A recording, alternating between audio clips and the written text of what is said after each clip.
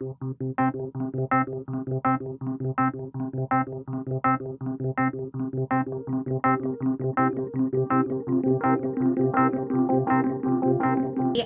Alex from Meaningful Speech, and this is the first time that we will be having a lunch and learn available to the public. So this will also be available on our YouTube channel when we're finished today. So I just wanted to give a really quick background on meaningful speech and gestalt processing before we get started with our guest. So those of you that may stumble upon this that aren't familiar with meaningful speech or gestalt processing, if everybody can mute themselves, that would be great. Thank you. So gestalt language processing is a way of a form of language development. And I educate people on this on my site, meaningfulspeech.com, and on my Instagram account, Meaningful Speech. We have two ways of developing language. We can either be analytic language processors or gestalt language processors. Some people are dual processors. We won't get into that today, but our gestalt language processors have been misunderstood for a long, long time. These are people that communicate with delayed echolalia, and these are people that often use scripts from movies, media, or things other people say to communicate. And the natural language acquisition framework, which was developed by Marge Blanc, who is my mentor, helps us address this and move these people from basically echolalic language to self-generated language. So again, if you're unfamiliar with this and you would like to find out more about it, I have links to many resources, including Marge's book and articles in my Instagram bio. And I do sell a course that will be out again in February of 2022, teaching all about delayed echolalia, gestalt language processing, and child-led therapy. So that's my little summary. And now I don't want to waste any more time. I want to get into interviewing Kate McLaughlin. She's from the AAC coach. And I'm going to read a little bio I have here. And then I have a bunch of questions that people submitted that I'm going to talk with Kate about. And then, like I said, if you have any questions that come up while we're chatting, please put them in the chat, and Kate and I will address them at the end. So Kate is a speech language pathologist specializing in augmentative communication for children with complex communication needs. She's passionate about supporting children and families on their journey to autonomous communication.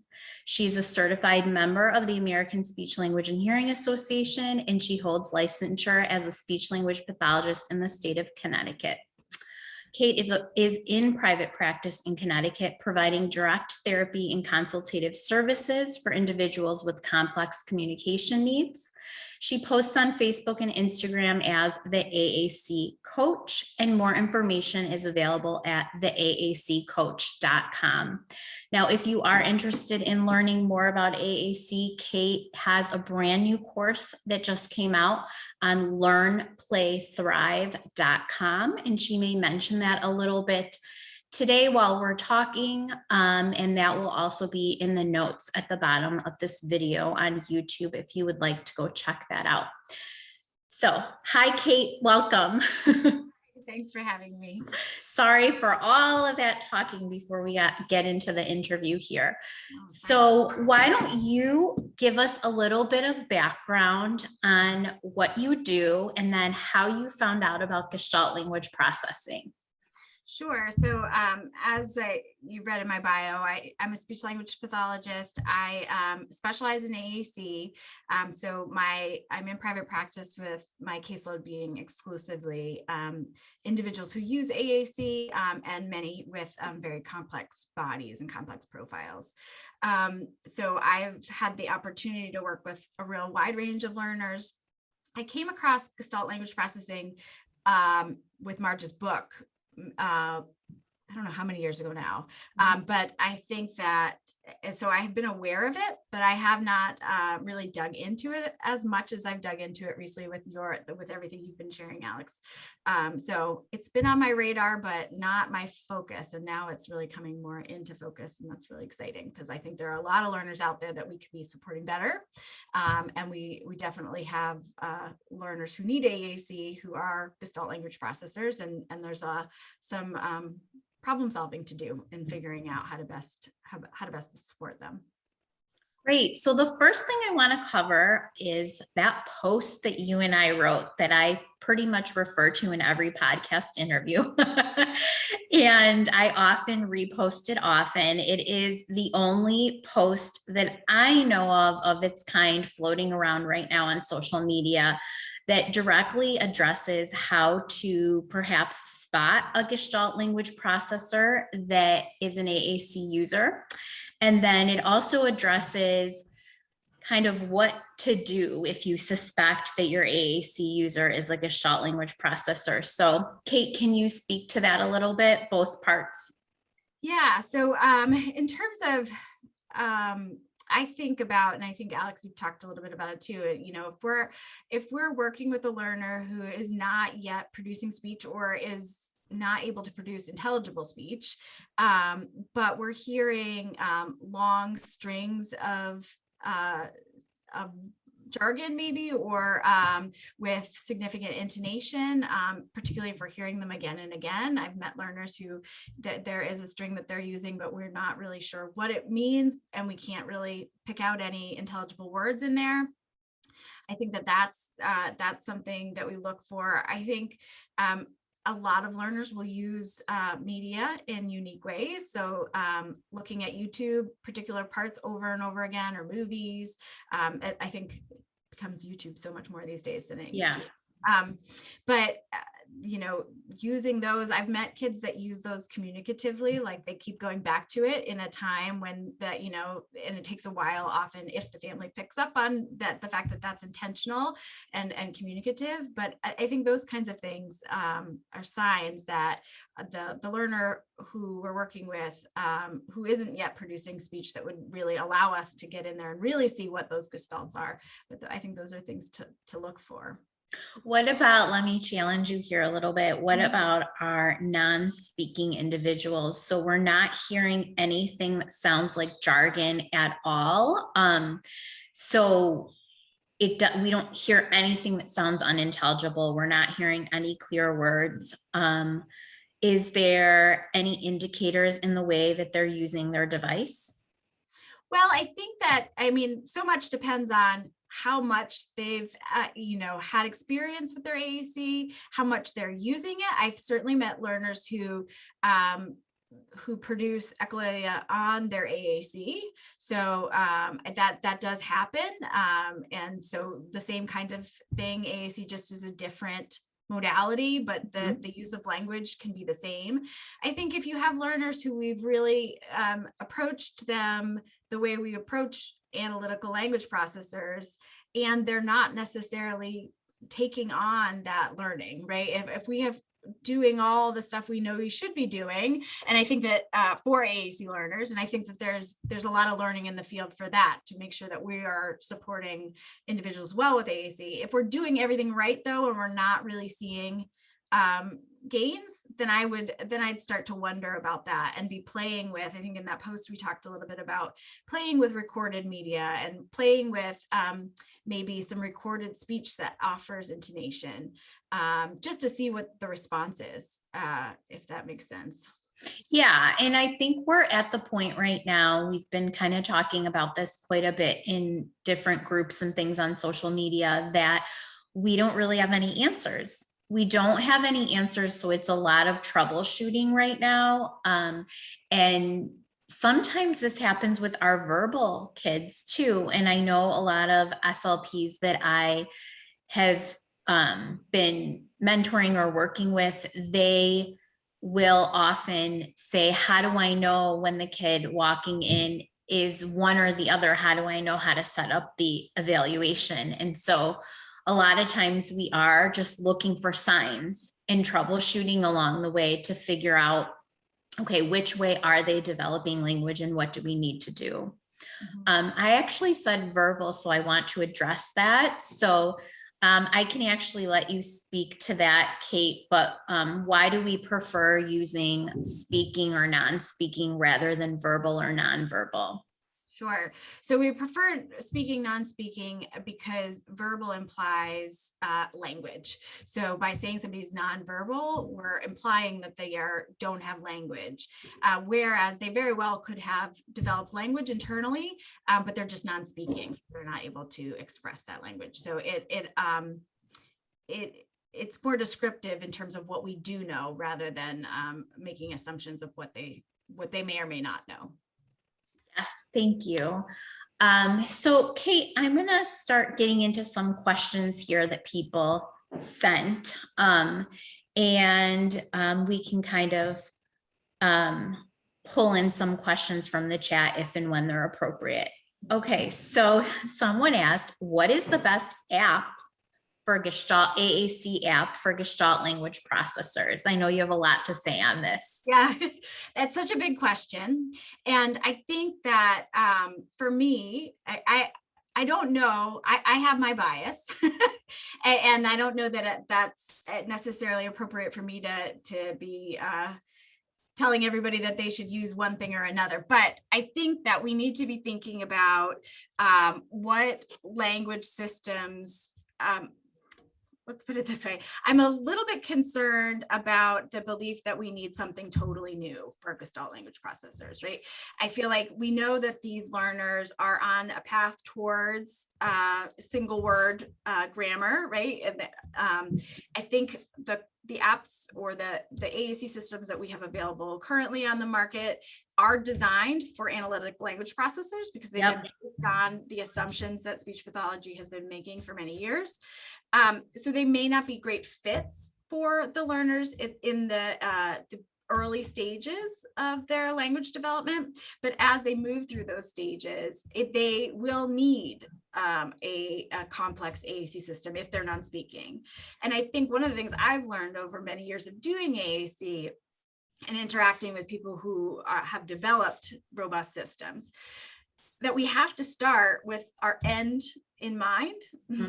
So that we are, so we have to know what the advanced language level looks like, so that if we're developing different levels of language, different for individuals at earlier stages of development, we better make sure that it's going to lead into that higher level language, that they're not having to relearn a whole new language system, right? We want to be laying the foundation. AAC is not easy. It takes a lot of learning. And so we want to be only requiring the amount of learning that's absolutely necessary. We don't want to be saying, okay, now you learn this system, we're going to change the whole game on you because now your language skills have developed a bit. So, I'm a little concerned that if we look to develop something specifically for learners in this level, stage 1 and stage 2, without considering where it's going, that we're not necessarily supporting our learners best. So, I know that didn't quite answer the question of which app. I really like apps or language systems that are designed with interaction and connection in mind. So my feeling, and Alex, you and I have talked about this, I think that when we design AAC systems, we can think about core vocabulary, we can think about conversation, we can think about motor planning, and whatever we prioritize impacts what that system looks like and how well it fits for particular learners. I think for a lot of the learners that I work with really complex bodies, and I think this would probably be true for Gestalt language processors, that connection is so critical for learners with complex bodies, because it has to be worth all the effort that will go into expressing it through AAC to do that work. And I think for Gestalt language processors, it has to be emotionally salient, and you can speak better to that, Alex, but I feel like the connection, the authentic connection is so important. And so I feel like systems that are prioritizing that in their organization are going to be more effective for learners who are like that, if that makes sense. Yeah, that's why I love talking to you, Kate, because that's basically what I teach. I teach all about that connection piece and really figuring out what a child is interested in, following their lead in child-led therapy, really getting to know them. Because for our speaking individuals, a lot of those echolalic scripts they're using in stage one, I would actually say most, if not all of them, have a strong emotional connection. There is a reason that they are communicating with those scripts. Something dramatic or emotional happened, so that's why they picked them up. So when it comes to AAC, I think we're really on the same page with what you're saying, that, you know, they're going to communicate something with that device when they're really connected with you and want to, you know, get their message across. Someone just dropped in this question. Can you expand on what apps you feel prioritize connection? People are really trying to get you to like talk about companies here. I'm comfortable saying it. I use Pod a lot, and I have no financial relationship with the developers of any of the apps that host Pod or CPAC that licenses Pod books. But what I'll say is the organization of Pod is really unique from all other language systems. Because particularly at the early stages, the language is organized by pragmatic intent. So it's organized based on comments are put together, requests are put together, asking questions are put together, and there are pragmatic branches. So, opinions might be, I think it's, would be how it would lead into opinion words. And then when you get down into those pages, those words have been broken out so that they call them predictably associated vocabulary. So that branch of I think it's, when you get to the comments page, you'd have I think and all of those broken out into individual words. I think that it isn't the perfect match for a Gestalt language processor. Maybe not, but I think it does put that interaction at the forefront.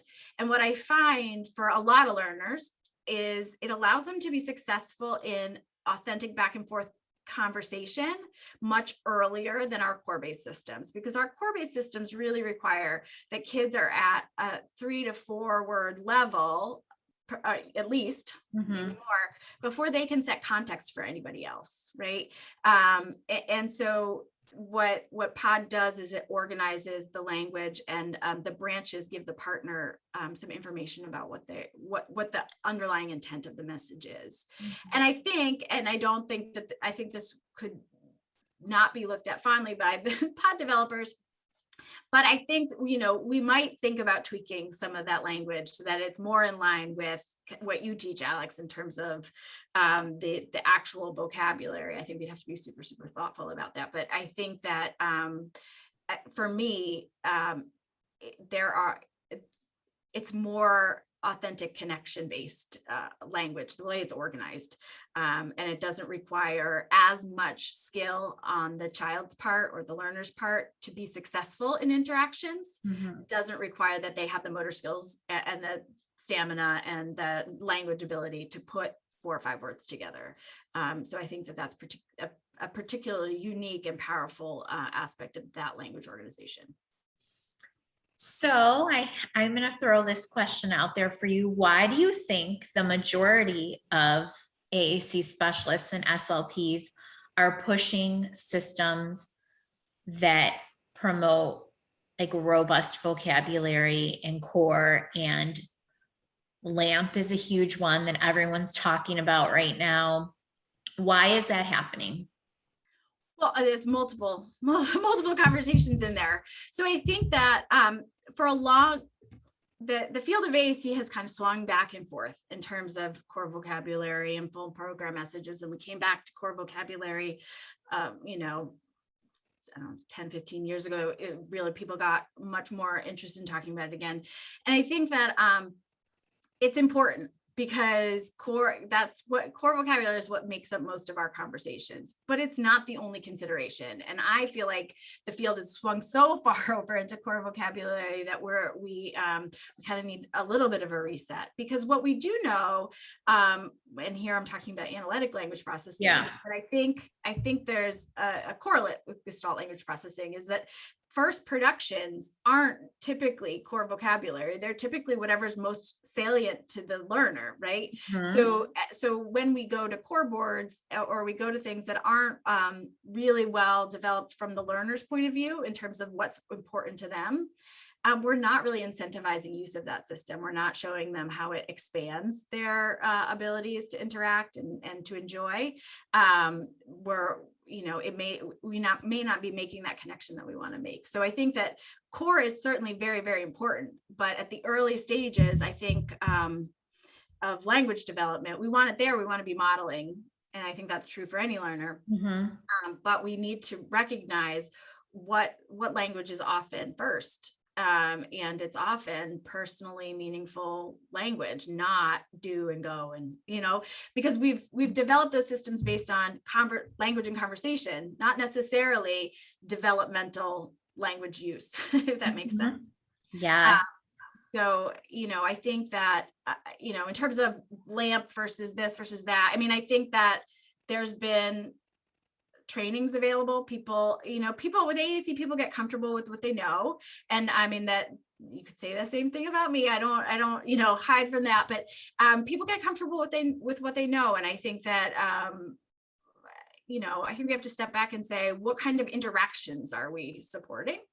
Not just what language am I teaching, right? Because I think that language learning happens best in super, super authentic contexts where you're having a real meaningful connection with another person. And I think there's a misunderstanding in terms of supporting our AAC learners, that it's all about the language and then putting the words together and playing the message. And in reality, as kids develop their skills in AAC, it's actually much more of a back and forth co-construction of meaning. So they say something and then we respond like, oh, but do you talking about this? Oh, and then they add another word. And so the realities of what AAC language development looks like is far more connected between the two people than I think what some of our language teaching is suggesting or promoting.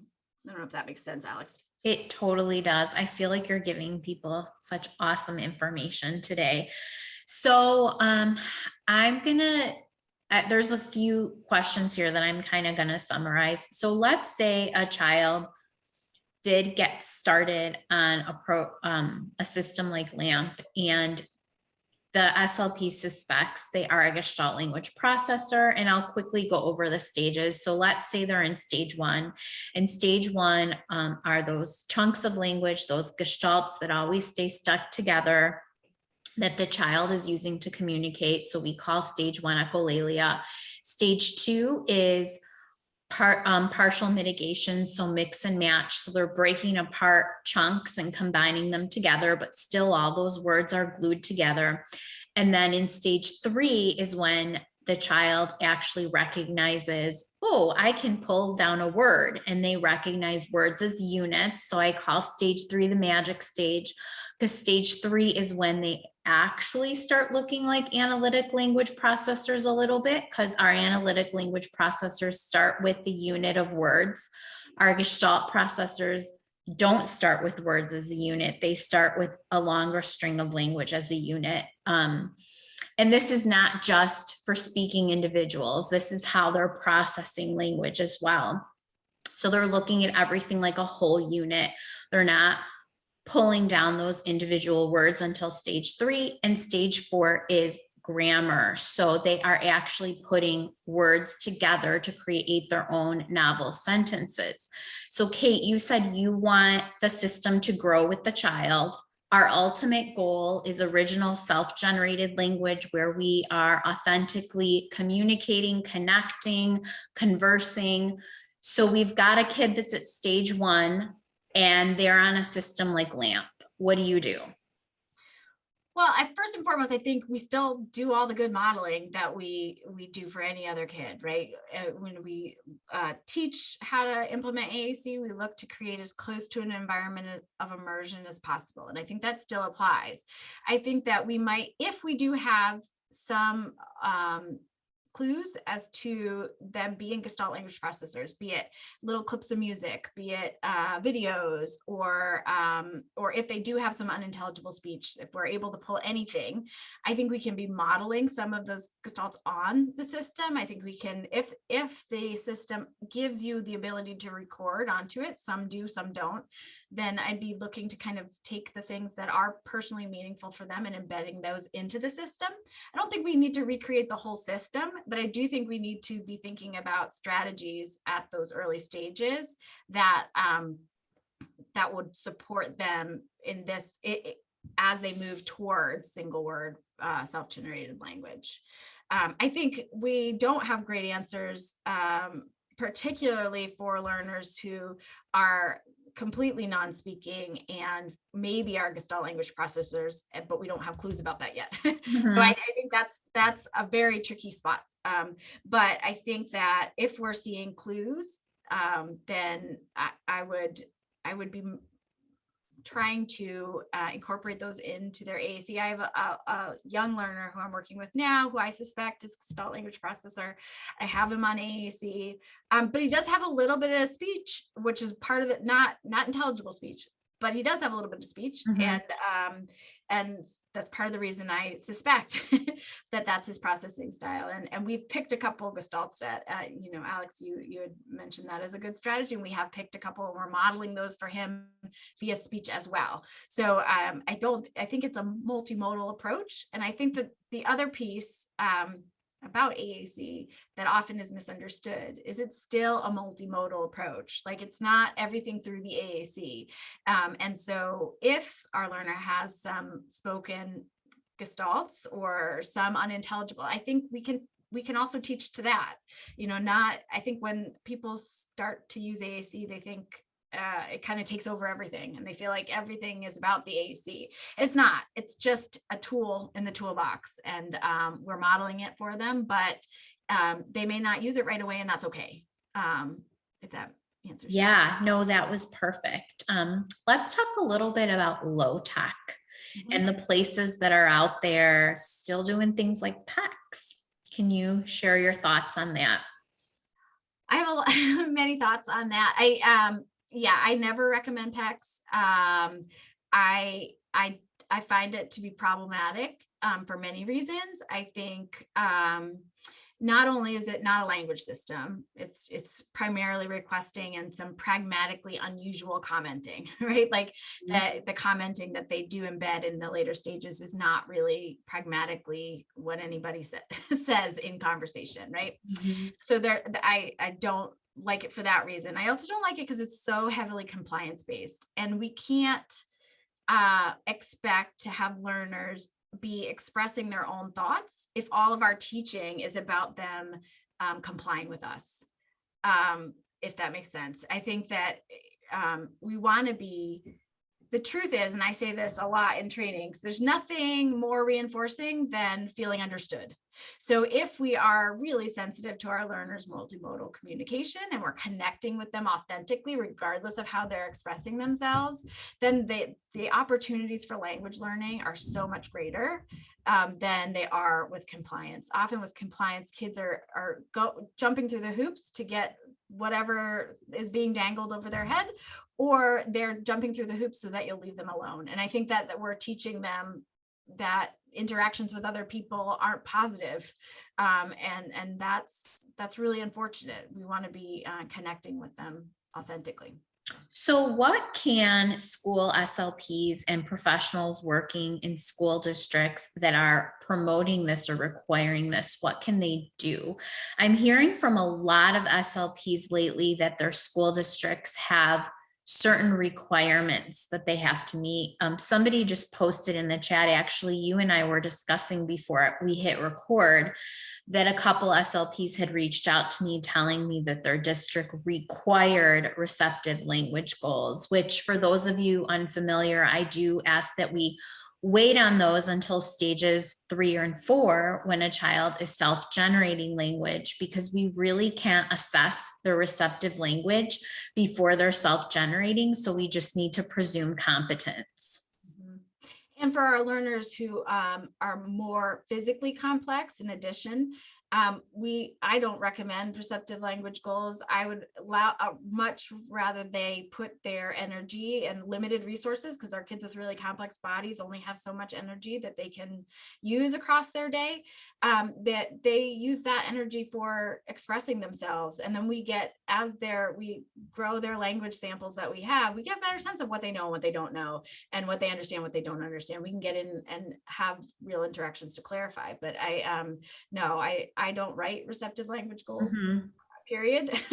So I think we have to be educating if there are requirements like that. I think we need to be having some conversations about, does that actually support the kids we're working with? So I feel what I shared, and I think you might agree with me, but please jump in. What I shared is that it really is due to a lack of knowledge. So the people that are kind of pushing these requirements don't truly understand language development. And that's, I think, a huge problem in the field of speech pathology right now. We've kind of swung in this other direction, both with AAC and really with language in general. And there's a lot of sort of teaching these isolated skills and not truly understanding the way that language develops. So what, I don't know that there's much else that we can tell school SLPs to do except keep advocating for themselves and share the research. Yeah. You're in a hard spot if administration is requiring that, but I do think it doesn't support our kids, particularly our learners at the earliest stages of development. It's not how it works. It's not how language development works. We don't sit down and teach it. They have to be interacting, and they have to be interacting for their own purposes. And we have to be getting in there and connecting with them. That's really how they're going to learn. And so if we're doing, be it text and expressively, or we're doing receptive language goals that we're actually kind of just testing them, that you're working against your own connection with that learner by doing that kind of stuff. Okay, so we have another good question that came in here. Okay, so when modeling on a device, would you recommend using the buttons that are there for the gestalts, or creating a button with the full gestalt? Example, lamp, let's go, separately for motor planning, or creating a new button in the same area, let's go? I could see it both ways. I could see modeling it on the individual, and I could also see, depending on the stage of the learner, having those saved in their device somewhere. Motor plan is important, but it's not everything. And I am less concerned with that motor plan. If kids actually know the language, like really know the language, then they can accommodate, and their bodies are depending on the kid. I'm not saying that there aren't individuals who really, really need a consistent motor plan, but it's not everything. And I feel like right now, a lot of the conversations are putting motor planning above just about anything else, or core vocabulary and motor planning above everything else. And I think that for my learners, even those with motor planning difficulties who have really learned to use their system authentically for their own purposes, they are able to accommodate slight changes in motor plan better than our kids who have been taught in a very discrete way.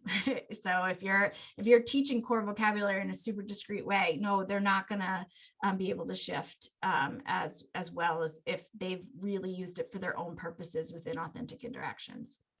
Okay. So, somebody just jumped in and said, makes sense. Good. Because I was going to say, so really, this is what I always say, we have to individualize everything. So one button for let's go might make sense for one kid, and for another kid, having them separate might make sense. Is that correct? Yeah, but yes, but what I wouldn't do is change the language system, right? Again, going back to that long-term view, you want to maintain the robust language system because you're teaching to a language, right? But that doesn't mean that you wouldn't have some other things embedded into that language to better support an individual learner. Once we start changing a language system substantially, we're moving down that path of highly customized. Then when you move on to the next level, if there are next levels of the system, you're moving away from the language organization as intended, and that maintaining those language organization systems is important. There's a reason they're designed. Yeah. So to summarize, you would not recommend taking a child off a device that they were started on and that they know, even if we discover during the process that they are gestalt processors. You would try to make that device work for them? It really depends. I think that we have to recognize, I know AAC systems are expensive. And so I say this with that knowledge. Once the learner has taken something on as their language, I don't switch them. But if they have not taken it off, I would consider a trial of something else. What I don't recommend is jumping from system to system to system, because again, that language to language to language doesn't support their longer term learning. But I might check out another system and see if we feel like it's better organized for a learner, if they haven't taken on the original system as their language. I think that I understand funding kind of gets people in a place where they feel locked into a system. I think